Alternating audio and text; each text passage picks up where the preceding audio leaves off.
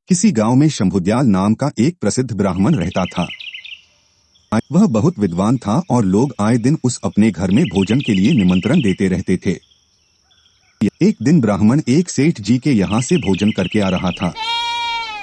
लौटते समय सेठ ने ब्राह्मण को एक बकरी उपहार में दी, जिससे ब्राह्मण रोजाना उसका दूध पी सके। ब्राह्मण बकरी को कंधे पर रखकर घर की ओर जा रहा था।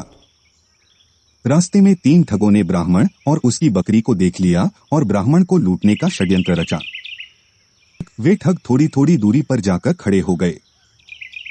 जैसे ही ब्राह्मण पहले ठग के पास से गुजरा तो ठग जोर जोर से हंसने लगा। ब्राह्मण ने इसका कारण पूछा तो ठग ने कहा, महाराज, मैं पहली बार देख रहा हूँ कि एक ब्राह्मण देवता अपने कंधे के ऊपर गधे को लेकर जा रहे हैं। ब्राह्मण को उसकी बात सुनकर गुस्सा आ गया और ठग को भला बुरा कहते हुए आगे बढ़ गया। थोड़ी ही दूरी पर ब्राह्मण को दूसरा ठग मिला।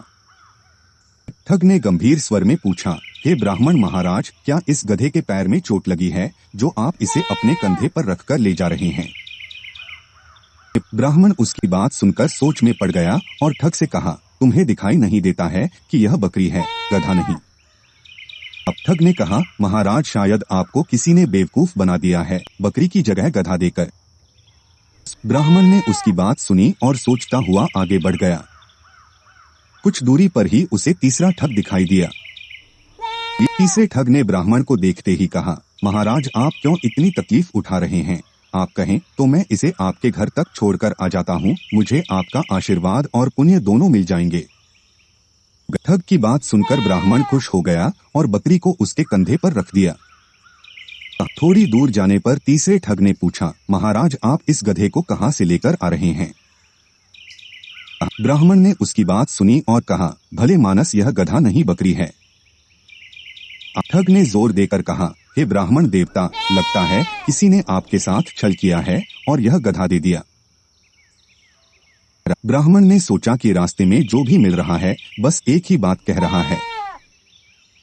तब उसने ठग से कहा, एक काम करो, यह गधा मैं तुम्हें दान करता हूँ, तुम ही इसे रख लो।